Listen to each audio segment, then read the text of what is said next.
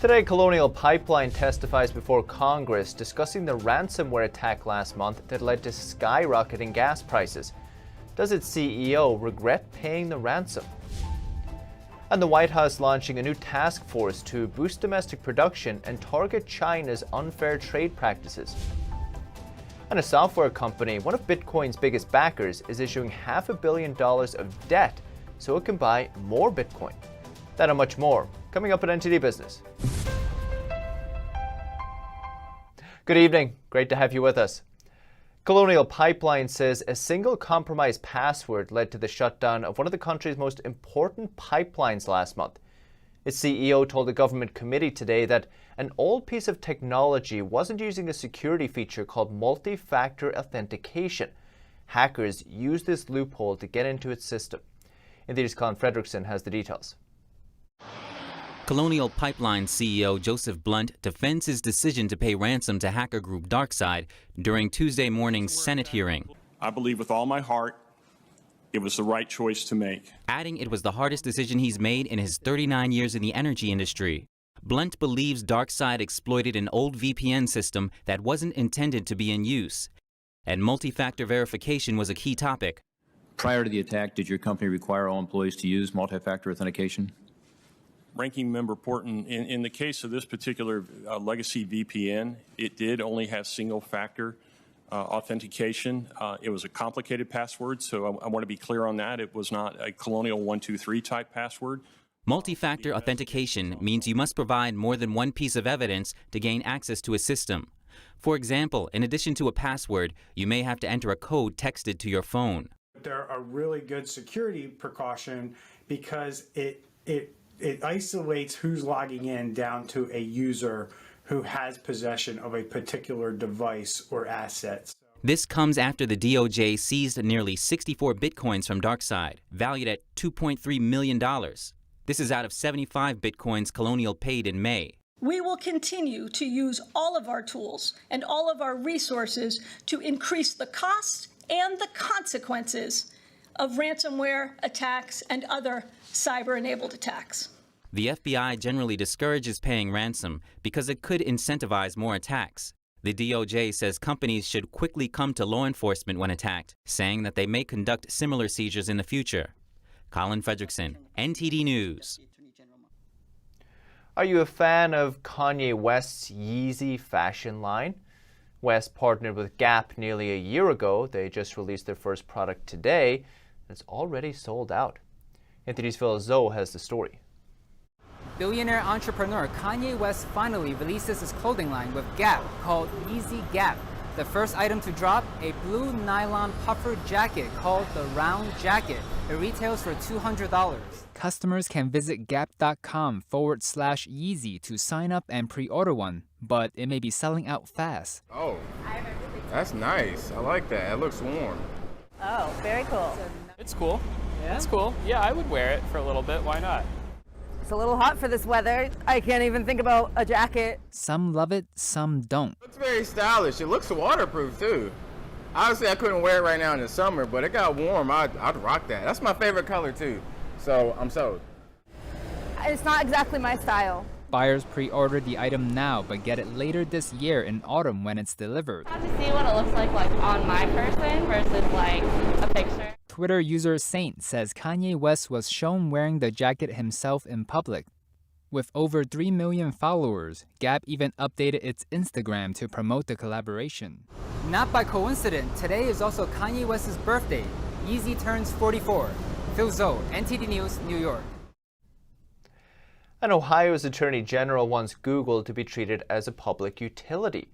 That would make it subject to government regulation. He's filing a first-of-a-kind lawsuit to make it happen. He says Google Search is steering people to its own products and services, giving it an edge over its competitors. If Google is considered a public utility, then the state would be able to exercise control over the way it provides these results. Google says that would hurt users, though, and intends to fight it in court. But it is bowing to similar pressure in Europe. It's loosening its grip on search engines after pressure from authorities. It'll allow rival search engines to become the default option on Android phones there without any charge. Before, Google said rivals would have to pay to appear among a choice of search options, but now it won't cost anything. It'll also show more search engines, the 5 most popular ones in each country. Authorities are putting pressure on American big tech like Google, Amazon, Apple, and Facebook to provide a level playing field for competitors. Google's new changes come into effect September. And Chinese companies could play a key role in Apple's planned electric car. Reuters reports that Apple is talking to 2 big manufacturers about battery supplies. CATL is the world's biggest maker of electric vehicle batteries and counts Tesla as a customer. BYD is another big player and also makes its own vehicles. The discussions are seemingly ongoing. We don't know if they're going to reach an agreement yet, but Apple reportedly has at least one condition. Manufacturing has to be done in the United States. But apparently CATL is worried about the political tensions between Washington and Beijing. None of the firms involved would comment on the news. It does come, though, as the Biden administration tries to increase domestic production and make the U.S. more competitive against China. It's launching a task force to tackle supply chain bottlenecks in several key areas, including car batteries. NTD's Colin Fredrickson has more. The U.S. is launching a new task force to fix supply chain problems in certain industries and cut reliance on China. We are launching a new supply chain disruptions task force to tackle near-term bottlenecks in the semiconductor, home building and construction, transportation, and agriculture and food industries. The task force aims to boost domestic production in 4 areas: pharmaceutical, semiconductor, electric car batteries, and critical minerals. The Department of Health and Human Services is going to be using its Defense Production Act authority and funding appropriated under the President's American Recovery Plan to invest $60 million in advanced pharmaceutical manufacturing technologies and R&D. The goal is to increase domestic manufacturing and get ahead of crises like the computer chip shortage that has hurt automakers this year. It's also to control shortages of vital goods and cut reliance on competitors like China, including possibly using tariffs on key ingredients. We're also asking the Commerce Department to evaluate a Section 232 action on neodymium magnets, which are essential to motors and a range of defense and industrial applications, to identify tools to reduce our foreign dependency. The United States sources neodymium magnets mostly from China. The U.S. Trade Representative will also lead a task force to target foreign competitors with unfair practices that have eroded supply chains. We also have to push back against unfair trade practices by competitor nations that have hollowed out the U.S. industrial base and undermine our supply chain security. The new task force will be led by the Secretaries of Commerce, Agriculture, and Transportation to focus on parts of the economy where there is a mismatch between supply and demand. Colin Fredrickson, NTD News. A major index has closed mostly higher on Wall Street today, thanks largely to gains in a handful of big tech companies. The Dow fell 30 points, less than 0.1%. S&P 500 gained 1 point, and the Nasdaq added 43 points today, about 1/3%. Small company stocks continue to outpace the rest of the market. Investors also turning attention to a new batch of meme stocks favored by online investors, including Wendy's and Clover Health. Wendy's was up 26%, while Clover Health jumped 86%. 10-year Treasury yield fell to a 1-month low. It's about 1.53%. Gold dip. Oil prices were up over 1%, both WTI and Brent, both over $70 now. And just as things appeared to be looking up, a survey shows small business confidence dropped for the first time in 4 months. Business owners are mostly worried about the labor shortage and inflation. The National Federation of Independent Business Optimism Index fell 1/5 of a point. Quality of labor ranked as the single most important problem. 26% of respondents selected it from among 10 issues, and some 57% of small businesses said they had few or no qualified applicants for open jobs. That's up from 54% in April. Businesses also very concerned about inflation.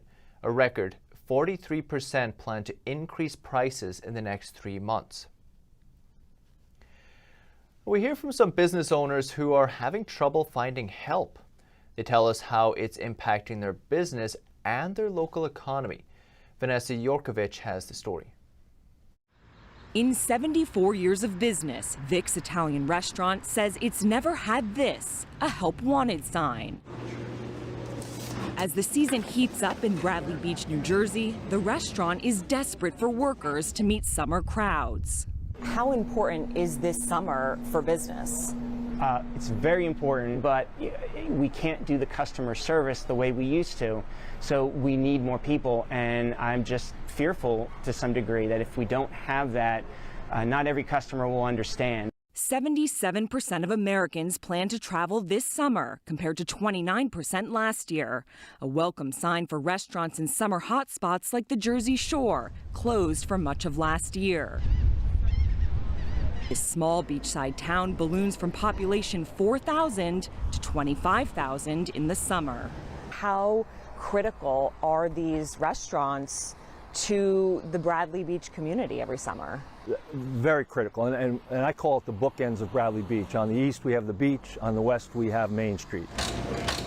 Vic's is the biggest employer in town, with 100 employees during peak season. But right now, the restaurant can't cover 20% of its shifts, even raising hourly wages by $2 for new employees. I just can't get people to come in and to start a new job. Why can't you pay more? Why can't you offer more incentives? Well, if we were to go above and beyond when this all goes away, when the crisis is over, the floor is going to fall out and inflation is going to kick in. The customers will have to absorb the cost, and we don't want to do that. At Langosta Lounge in nearby Asbury Park, owner Marilyn Sloshback is offering bonuses to current and new employees. Why do you think you're having such a tough time finding people to work? Unemployment, the stimulus is killing us. Sloshback owns 7 restaurants along the Jersey Shore and usually employs 250 people. She's operating with just 75. I'm honest in telling them I'm pushing them, but still, I'm pushing them, and I don't think that's a healthy way to live your life. All right. That means longer hours for servers like Kathleen Thompson. Despite being furloughed and making just as much on unemployment, she wanted to go back to work. And they've been good to me for 20 years. I can't say, no, I'm not coming back because I'm collecting this money. No, that's not fair to them. They need their, their employees to get their business up and running, and I was willing to come right back. And a major Bitcoin investor is borrowing more money to buy more Bitcoins. Bloomberg reports that software company MicroStrategy, which already holds billions of dollars worth of Bitcoin, is selling $500 million worth of corporate bonds so it can buy more. The offering is open to institutional investors who can expect a yield of about 6%. The bonds will apparently expire after 7 years. MicroStrategy has been steadily increasing its holdings of Bitcoin since last August. Back then, Bitcoin's price was around $11,000 to $12,000. Now it's around $33,000, down from its peak of over $60,000 in April. So, are you interested in giving MicroStrategy money to buy Bitcoin? Is the return worth the risk? I talked to Daniel LaCalle about it. He helps manage $6 billion of assets at the Tressis hedge fund. I asked him, if you want exposure to Bitcoin, why not just buy it directly? Why buy these Bitcoin-linked bonds? It's a great question. Probably the attraction of these kinds of bonds is that the underlying is not as volatile as Bitcoin can be, no? So probably for investors that are happy to take some exposure to cryptocurrencies, but don't want the level of volatility that they're seeing in those cryptocurrencies in the day-to-day trading of markets, that might be appealing. But I would agree with you that if an investor is interested in cryptocurrencies, right now, considering that cryptocurrencies are startup currencies, actually, what you would be really more interested in is the actual asset rather than bonds linked to the performance of these cryptocurrencies. MicroStrategy are a software company. They've been around longer than any of us even knew what cryptocurrency was, but we see them now selling bonds not to finance their operations, but to invest in what a lot of people would call a speculative asset. Is this common for a company to take this path? It's uncommon, but it's probable that what we will see is a rising trend in instruments like this, as we see cryptocurrencies start to cement their position as alternatives to fiat currency. So right now it is hugely uncommon. Obviously, that's why it's creating headlines. But as cryptocurrencies start to go from the phase of being a startup currency to being actual units of measure and widely utilized and supported currencies, then obviously these instruments can become more popular and more widespread. What do you think it'll take for organizations like yourselves, more conservative investors? What's it going to take for you guys to get into this space? What needs to happen? I think that our biggest concern in terms of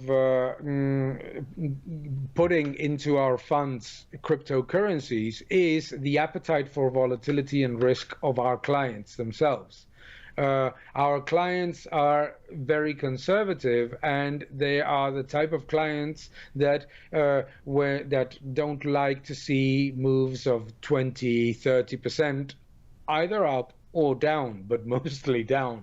No, so I think that what we would require an explicit mandate from our customers to take this level of risk. Obviously, we would be very happy to invest in cryptocurrencies. But what we cannot have is, on the one side, clients that are happy with products that have daily liquidity, low volatility, and low level of underlying risk, with something that obviously may be a very attractive asset, but it's riskier and more volatile. Do you think Elon Musk has too much influence over the crypto market? Some apparently do, and a new advocacy group is trying to take action. NTD's David Lamb has the story.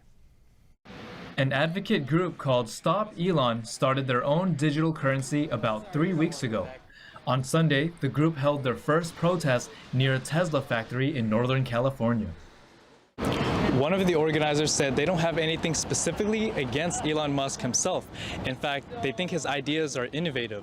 Check out their vehicle of choice, a Model Y. You could say they're Tesla lovers.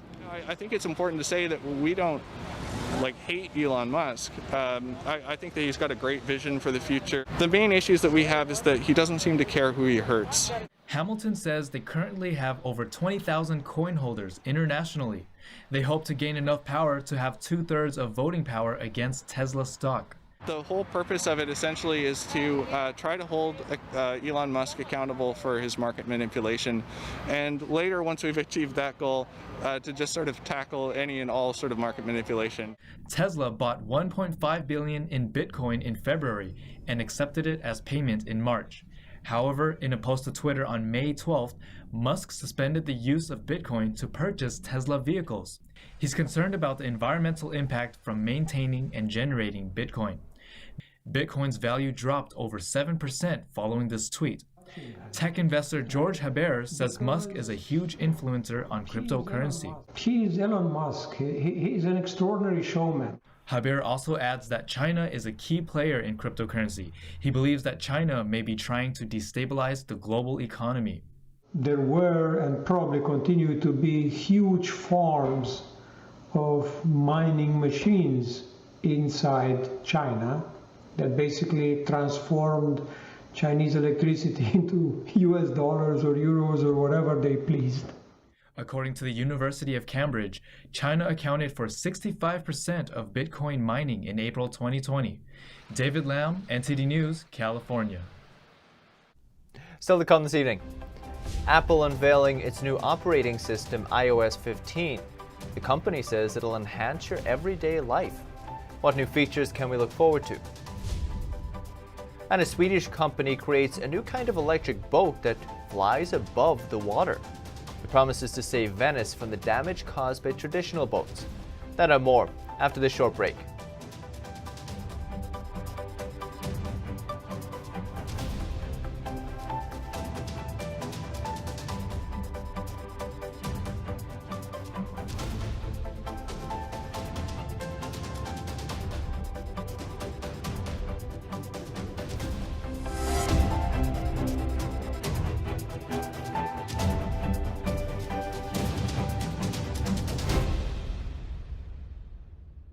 I'm Mike Lindell, inventor of MyPillow. Thanks to your support, you've helped make MyPillow become one of the fastest growing companies in America. Over the last 12 years, you've helped MyPillow create thousands of jobs right here in the USA.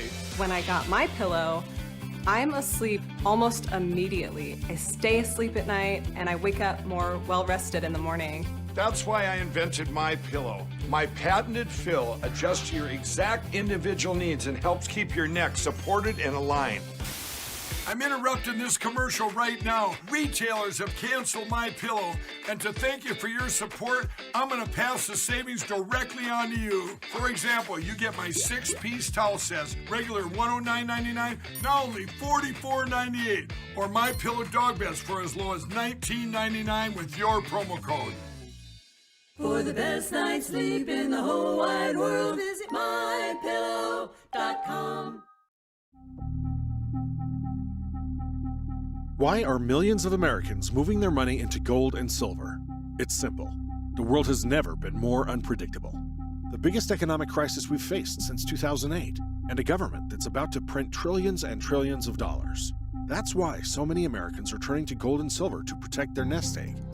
American Hartford Gold is a trusted name to help families to safeguard their wealth. With an A+ rating from the BBB and 5-star ratings on the biggest review websites like Trustpilot and Google, American Hartford Gold can help you convert any qualifying IRA or 401k into precious metals.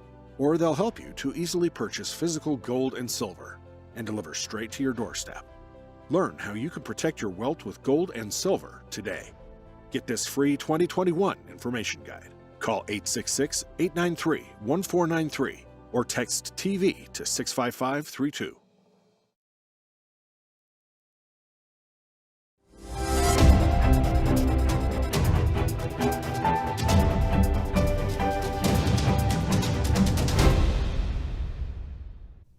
Welcome back.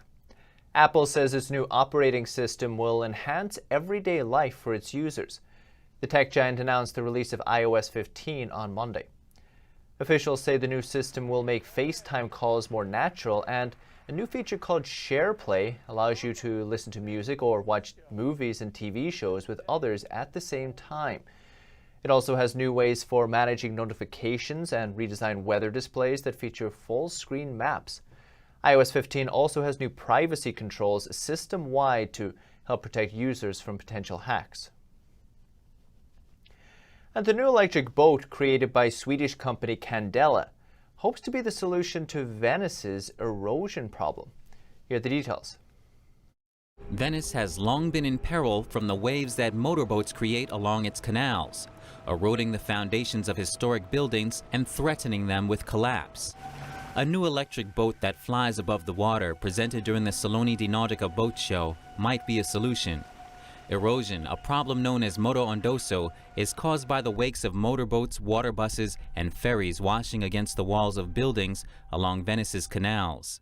Swedish company Candela's electric boat, the Candela C7, runs on computer-controlled hydrofoils, or underwater wings, that lift the hull into the air and make it appear to fly over the water.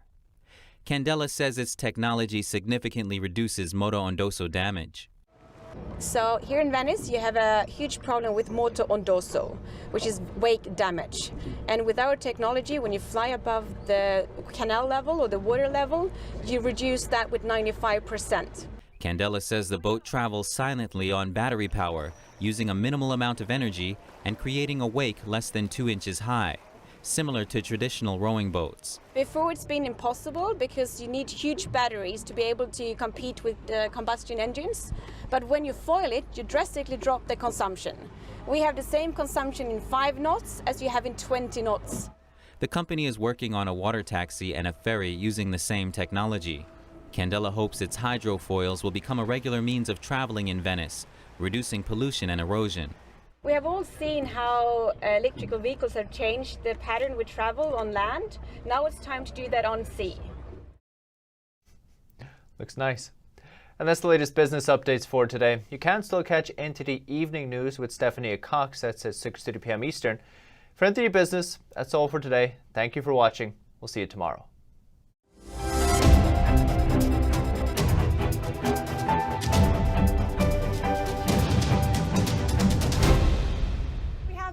channel. Subscribe to us on YouTube at NTD News. Get the highlights of our news broadcast and the most important headlines that we curate especially for you. Don't let YouTube decide what information you get. That's your choice. YouTube is deleting our videos and cuts you off from a source of honest reporting. Make sure you don't lose access to NTD's news content, and take a quick moment to subscribe to our newsletter so no matter what happens here, you'll keep your access to a trustworthy news source.